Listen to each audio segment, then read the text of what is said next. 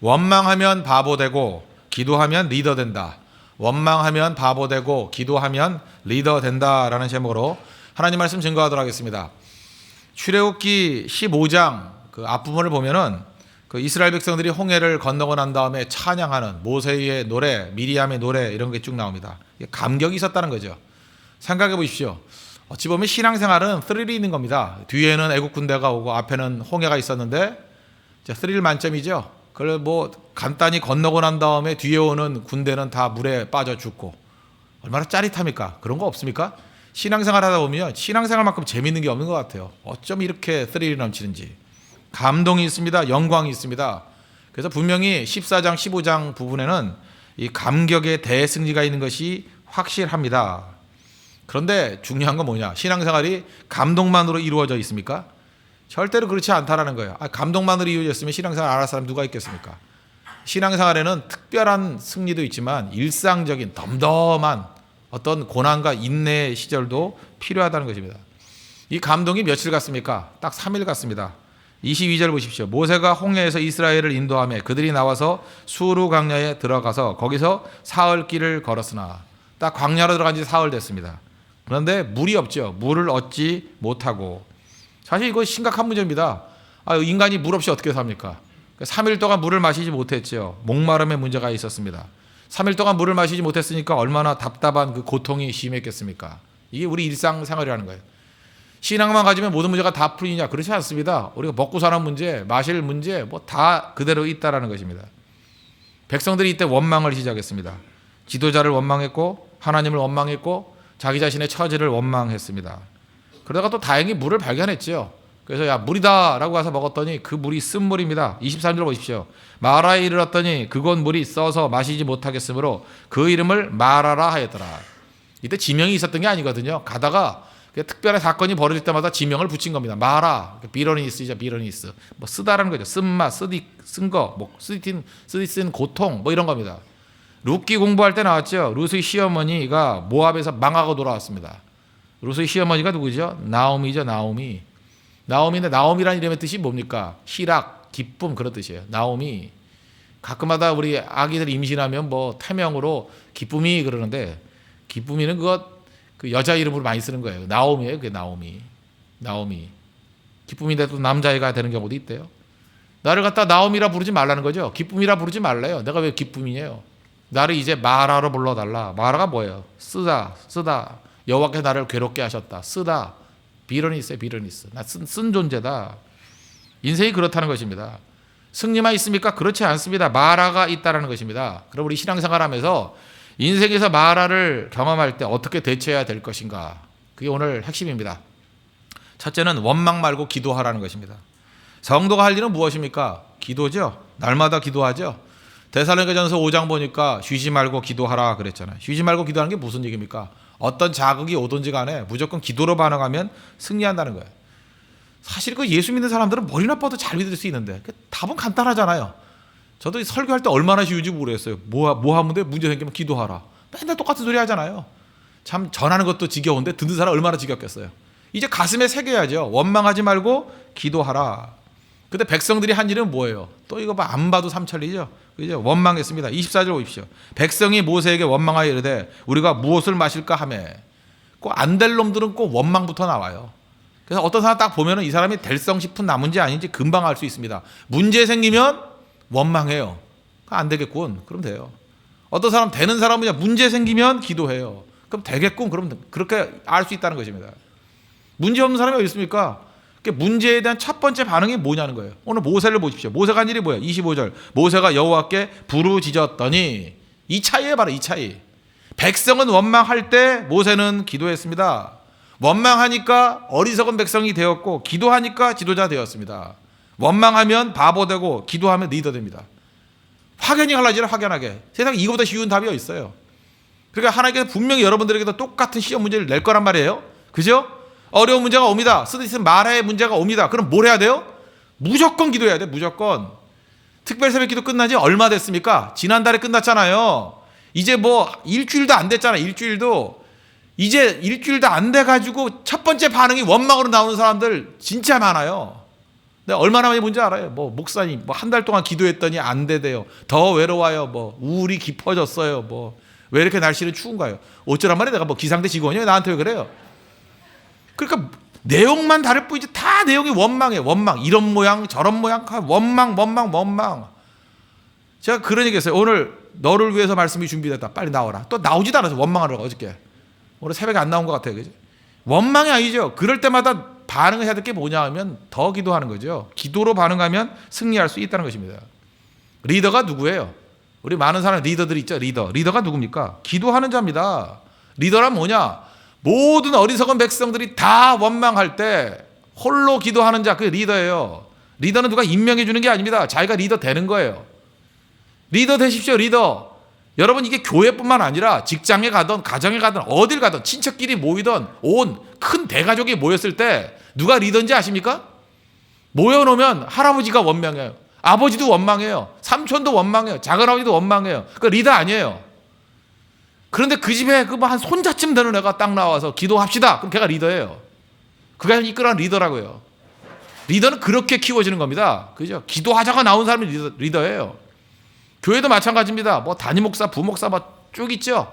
다 원망하고 부들부들 떨고 있을 때 이게 아닙니다. 기도합시다. 그런 사람이 영적 리더예요. 그 사람이 이끌어가는 거라고. 그 사람이. 지금도 뭐 진장도 있고 간사도 있고 리더도 있고 그렇죠. 그렇게 임명된 게 리더가 아니에요. 거기서 기도로서 전체 분위기를 주도해 가는 사람이 리더라고요. 리더 훈련이 뭔데요? 기도 훈련인데요. 모든 사람이 절망할 상황에서 기도가 나올 수 있는 사람, 그 사람이 리더라는 것입니다. 그런 사람을 키워야죠. 그런 사람을.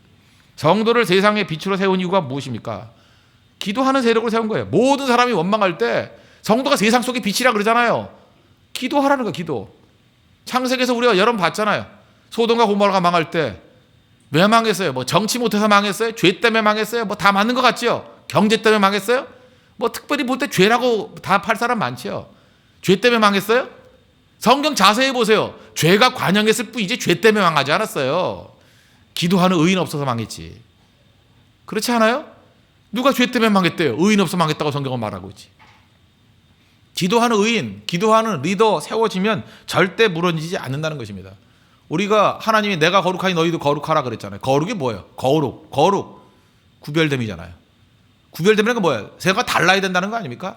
그거 어떻게 달라야 되겠습니까? 모든 사람이 원망할 때 기도하는 거, 그거보다 더 큰 거룩이 있어요. 다르잖아요. 원망하는 세력 속에서 기도하는 사람이 나온다고. 이게 거룩이에요. 달라야죠. 하나님께서 그것을 위해서 우리를 부르셨다라는 것입니다. 그러므로 원망은 백해무익합니다. 뭐 원망에서 뭐 얻을 게 있다 그러면 원망도 좀 해도 괜찮죠. 원망에서 얻을 게 하나도 없어요. 원망은 상황을 변화시키지 못합니다. 원망은 문제를 해결하지 못합니다. 반면에 기도는 상황을 변화시키고요. 기도는 문제를 해결합니다. 그러면 원망보다 기도해야 되고요. 불평보다 기도해야 되고요. 염려보다 기도해야 됩니다. 얼마나 간단해요. 그냥 모든 잡다한 거 다 버려버리고 기도하면 돼요. 그러면 리더 되고 승리할 수 있다는 것입니다. 기도는 부르짖는 기도도 있지만 또 하나 기도가 좀 깊어지면 누구나 다 깨닫는 거예요. 기도는 듣는 기도가 있다는 거예요. Listening prayer. 기도는 듣는 거예요. 듣는 거. 듣는 겁니다. 사무엘 듣다이자 듣다. 그죠? 듣는 하나님 말씀을 듣다. 그죠? 듣는 게 기도예요. 듣는 게 기도 중에 듣습니다. 그래서 기도가 깊어진 사람은 항상 메모장 가지고 기도해요. 기도하다가 하나님이 주시는 말씀이 있고요. 기도하다가 떠오르는 아이디어가 있고요. 이렇게 생각하면 됩니다. 기도가 없는 사람은 절대로 탁월한 아이디어의 사람이 될 수 없어요. 탁월한 영감의 사람이 될 수 없다고요. 기도하는 가운데 하나님이 답을 주신다는 거예요. 혹시 여러분들도 지금도 뭐 풀리지가 않고 왜 나는 이렇게 그 평범한 인생을 살아가느냐? 기도가 없으니까 평범하죠. 평범도 아니에요. 자기는 평범하다고 그러지만 우리가 볼 때 덜 떨어진 인생이에요. 기도해 보십시오. 그래야 아이디어가 떠올라요. 그래야 반짝반짝해요. 빛나는 인생이 된다고요. 모세가 부르짖었습니다. 기도했습니다. 그때 하나님께서 음성 들려주시잖아요. 25절 답이죠. 모세가 여호와께 부르짖었더니 여호와께서 그에게 한 나무를 가리키시니 그가 물에 던지니 물이 달게 되었더라. 기도하는 가운데 하나님이 답을 주시잖아요. 어떻게 하라고요? 아이디어 주잖아요. 어떻게 하라고요? 나무를 물에 던지래요. 간단한 해결책이죠. 잘 보세요. 문제 옆에 답이 있죠. 그죠? 문제 옆에 답이 있잖아요. 물이 쓰대요. 그 옆에 나무 집어 던지면 된대요. 세상에 이거보다 쉬운 게 있어요. 기도하면 너무 쉬운 답이고요. 기도 없으면 죽어도 못 푸는 답이에요. 어떤 문이 있습니다. 열쇠 가지고 열면 그 간단히 열잖아요. 열쇠 집어넣고 돌리면 되는 거 아니에요? 요즘에 무슨 뭐 전자키 같은 거 갖다 대기만 하면 열리는 거 아니에요? 있을 때 쉽게 열어요. 없을 때 열라고 생각해봐요. 도둑이 아니라 그러면 그거 어떻게 열겠어요? 못 열지. 그죠? 열 수가 없어요. 열쇠 있으면 간단한 거지만 없으면 거의 불가능한 것입니다. 문 여는 건. 기도가 열쇠예요. 우리 삶의 열쇠라고요. 하나님께서 기도란 열쇠는 주셨는데 열쇠는 사용도 안 하고 뭐 하겠다는 거예요 지금? 문하고 부딪힐 거예요? 머리만 깨질 거고. 몸 부실 거예요? 소란스럽게 사는 인생들이 특징이 뭐냐 하면 기도가 없기 때문에, 기도의 열쇠를 사용하지 않기 때문에 그렇습니다. 우리 앞에 놓여 있는 문제들이 기도가 열쇠라니까요. 기도로 열어야 돼요. 기도로. 기도 안 하면 문 안 열려요. 그러므로 이스라엘 백성들 어리석게 원망하다가 망한 백성들 되지 말고 리더 되십시오. 모든 사람들이 원망하고 좌절할 때 기도하십시오. 기도의 열쇠를 사용하십시오. 그 사람은 리더입니다. 어느 곳이나 교회에서나 가정에서나 직장에서나 어느 곳을 가든지 기도하는 백성이 리더입니다. 리더 되는 축복이 임하기를 바랍니다. 또 한 가지는 순종의 시험이 있다는 것입니다. 출애굽의 목적이 뭡니까?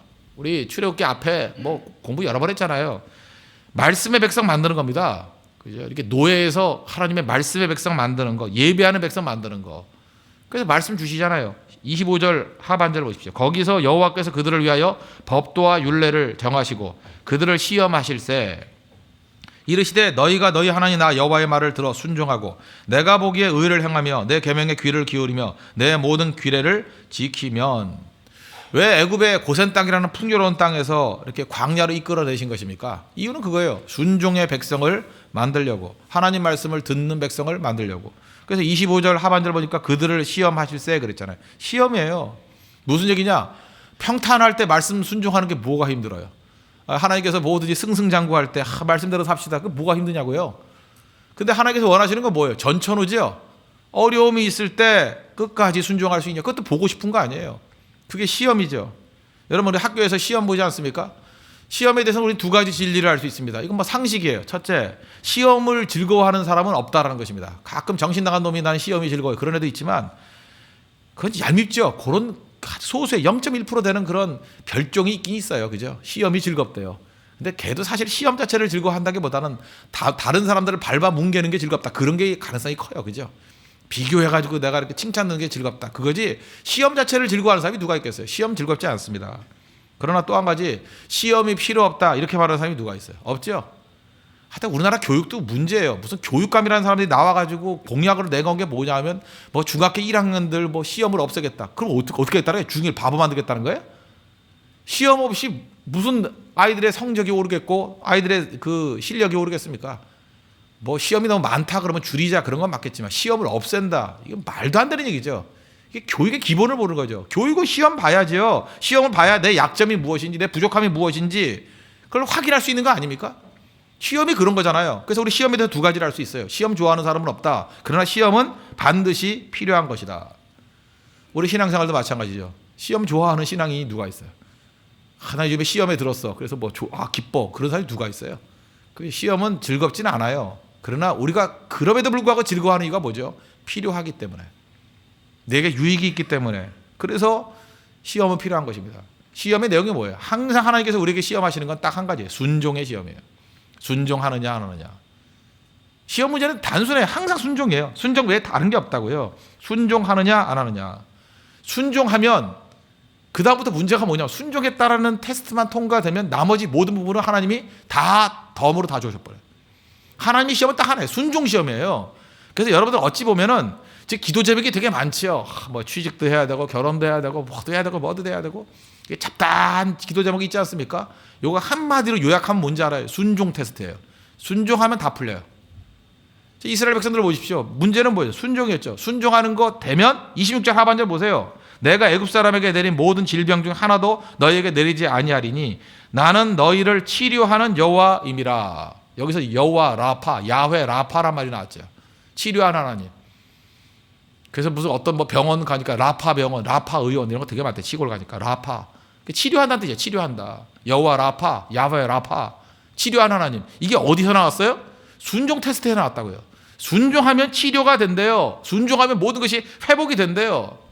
왜? 순종 때문에, 순종하지 않았기 때문에 벌어진 많은 문제들이었기 때문에 그렇다는 것입니다.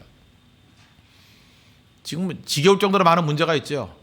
그 푸는 방법, 뭐 기도하기도 힘들죠. 목록이 하도 많아가지고. 그 기도 제목 가지고 부르시는 것도 중요하지만 딱 한 방에 끝내버릴 수 있는 방법이 있어요. 하나님께서 이걸 통해서 나에게 문제가 뭐냐, 핵심을 잡아야 돼요. 아, 순종을 테스트하시는구나. 순종하면 치료됩니다. 지금부터 이제 솔직하게 한번 생각을 해봐요. 솔직하게. 여기 새벽에 나오신 분들은 그래도 비교적 순종을 많이 하시는 분이겠지만, 혹시 이거 인터넷으로 듣고 있는, 어쩌다 들은 분들 분명히 명심하십시오. 분명히 마음속에 뭔가 걸리는 불순종의 문제가 있을 거라고. 그거 생각도 하기 싫죠. 그거 요리조리 피하는 사람이 있어요. 어떤 사람은 11조의 문제인 사람이 있어요. 11조 드려야 되는 거 다 알아요. 죽어도 안 해.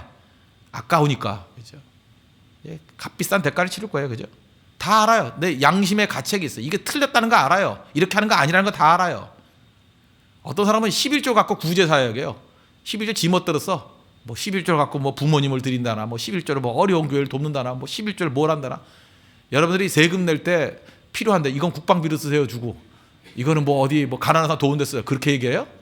그거 자기 돈이죠. 자기 돈. 12조가 내 거예요? 지 멋대로 활용해요? 그거는 구제비로 따로 하는 거예요. 11조 그렇게 하는 게 아니에요. 어디서 못된 거 배워가지고. 그거 11조 아니에요. 그게 무슨 11조예요? 그냥 내가 쓰디 써가지고 말도 안 하고 넘어가죠. 그래, 네 멋대로 해라. 한번 당하고 난 다음에 기어서 한번 와봐라. 그런 생각이 들죠. 분명히 알고 있다고. 어떤 사람은 주일 성수 못하는 거 자기도 알아요. 이게 아니라는 거. 불순종의 문제 다 마음속에 있다니까요. 어떤 사람은 속이는 문제, 숨은 죄들 다 자기가 알고 있어요. 이거 모르지 않아요. 우리가 성령께서 내 안에 내주에 계시는데 왜 몰라요? 왜 모르냐고. 다 알지. 몰라요 여러분? 하나님 앞에 정직하게 얘기해봐라. 내가 몰라요? 불순종의 문제가 뭔지? 알고 있잖아요. 몰라요? 내가 나를 속이고 있는 거지. 모르냐고요. 그거 순종해야 된다는 거예요. 그럼 다 풀려요. 그거 순종하지 않고 무슨 놈의 문제 해결을 원하고, 하나님께서 그거 끝나지 않으면 계속해서 시험 줍니다. 계속해서 시험 본다는 거예요. 틀리는 문제니까 계속 시험 봐야죠. 순종이 여호와의 치료가 임하는, 여호와 라파의 사건이 벌어지는 그 장면이라는 거예요. 순종하십시오. 더 설명 안 하겠습니다. 하나님의 성령께서 개인적으로 알아서 처리해 줄 것으로 믿습니다. 더 맞든지 깨지든지 돌아오든지 알아서 하십시오. 그 다음 얘기, 엘림이 있습니다. 마라에서 끝나는 게 아니죠. 27절. 그들이 엘림에 이르니 거기에 물샘 12과 종려나무 팜추리 70그루가 있는지라. 거기서 그들이 그 물 곁에 장막을 치니라. 마라에서 거리가 10km 정도입니다. 10km 정도. 뭐 멀지 않죠. 10km 정도 걸으니까 엘림이 있었다라는 거예요. 물샘이 12. 하나도 많은데 뭐 12이나 되니 얼마나 많겠어요. 종려나무 팜추리 70그루. 그래서 이 캘리포니아 이런 데 가면요, 교회 앞에 이게 팜추리 심어놓은 데가 되게 많아요. 대표적인가 새들백 가면은 팜추리 몇 그루인가? 내가 볼 때 한 12그루쯤 되는 것 같아요. 진짜 커요. 진짜 그런 거 쫙 있으니까 멋있더라고요. 그러면서 그걸 보면서 느끼는 게 뭐냐면, 아, 이게 엘림이 이런 데였겠구나. 그죠? 이 팜추리가 70그루가 쫙 있어요. 쭉쭉 뻗은 거. 쭉쭉 빵빵. 그죠? 이렇게 쫙 70그루. 거기 있으면 참 멋있어요. 좋아요. 근데 우리나라에는 팜추리 심어봐야 다 죽어요. 그러니까 우린 심을 수도 없고. 그런 엘림이라는 좋은 곳이 있다라는 것입니다. 여기서 중요한 게 엘림의 가자가 아니라, 내가 현재 지금 마라의 상태에 머물러 있을 때 그저 이렇게 지도자가 가져야 될 영적 안목이 필요하다는 거예요. 인생에서 마라만 있는 거 아니에요. 요거 쫙 조금 넘어가면 하나님께서 우리에게 쉼을 주십니다. 우리 잔혹하게 우리 끌고 가시는 분 아니에요. 곧 엘림이 있어요. 곧 엘림이. 엘림에서 순종하고 엘림에서 풍성하게 위로를 받을 수 있다는 것입니다. 그래서 성경을 보는 방법이 두 가지예요. 말씀을 보는 방법이 두 가지인데, 첫째는 미러 이미지, 거울로 보는 방식이 있고요. 또 하나가 윈도우 이미지, 창으로 보는 방식이 있어요. 우리가 지금 마라 같은 사건에서는 뭐예요? 아, 말씀을 보면서 내가 불순종했구나. 하나님 말씀으로 돌아가야지. 성경이 거울이 되는 거예요. 성경을 읽으면서 내가 보여요. 성경을 읽으면서 내 죄가 보여요. 성경을 읽으면서 내 불순종이 보여요. 그 미러 이미지죠. 성경은 거울이에요, 거울. 거울을 통해서 내가 하나님 앞에 철저하게 서고 깨끗하게 회개하고 주님 앞에 온전하게 서는 거 필요한 거죠. 근데 성경을 우리 많은 사람들은 계속 거울로만 사용해요. 미러로만 사용해요. 아닙니다. 성경은 윈도우예요. 성경을 통해서 세상을 바라보는 창이 돼야 돼요. 성경을 통해서 문화를 봐야 되고, 성경을 통해서 사회 현상을 바라봐야 되고, 성경을 통해서 미래를 바라봐야 돼요. 마라라는 자리에서 성경을 통해서 뭘 봐야 돼요? 곧 엘림이 기다리고 있다. 이거 바라볼 줄 알아야 된다는 거예요. 그래서 성경적, 이걸 세계관이라고 그러는데, 성경적인 세계관은 반드시 윈도우적인 이미지예요. 그죠? 윈도우를 가지고 바라보는 것입니다. 그래서 오늘도 성경을 보면서 세상의 것들을 한번 쭉 보십시오. 보인다는 거예요. 그게 리더입니다. 그래서 엘림이라는 게 한 절밖에 안 나와 있는 이유가 뭐냐면 마라의 자리에서 엘림의 시각을 보는 거예요. 리더라는 거예요. 그래서 어떤 사람이나 항상 그렇게 얘기합니다. 여기가 다가 아니다. 이제 더 갈 곳이 있다. 그래서 사무엘상 9장 9절에 보니까 옛날에는 선지자, 이 프로핏을 뭐라고 불렀다 그래요? 선견자라고. 시어. 보는 사람에 보는 사람. 그래서 우리 홍대석의 모든 믿음의 종들, 특별히 새벽에 나와서 기도하는 정말 영적으로 깨어있는 분들, 여러분들이 영적, 스피리추얼, 시어가 되길 바랍니다. 보는 자가 돼야 돼요. 보는 자. 성경을 통해서 세상을 봐야 됩니다. 시어가 돼야 돼요. 시어. 하나님께서 그걸 원하신다는 것입니다. 그래서 언제나 마라에서 고통당하는 사람들에게 엘림의 비전을 보여주는 시어 되십시오. 그게 리더입니다. 그럼 이래서는 하나님의 거룩한 백성이 될 것입니다. 기도하겠습니다. 오늘도 이 말씀을 놓고 하나님 앞에 우리 다 같이 간구하도록 하겠습니다. 마라라는 문제 생기면 뭐 한다고요? 바보들은 원망해요. 리더는 기도합니다. 기도하는 리더 되게 해 주십시오. 그리고 우리의 모든 문제는 순종 테스트입니다. 순종하면 치유가 나타납니다. 순종하면 문제 다 풀려버려요. 하나님 순종의 테스트에 승리하게 해 주십시오. 그리고 영적 시각이 열려서 미러 이미지로만 성경을 보는 것이 아니라 윈도우 이미지로 성경을 통해서 세상을 보는 시어 될 수 있도록 해달라고 다 같이 하나님 간구하도록 하겠습니다.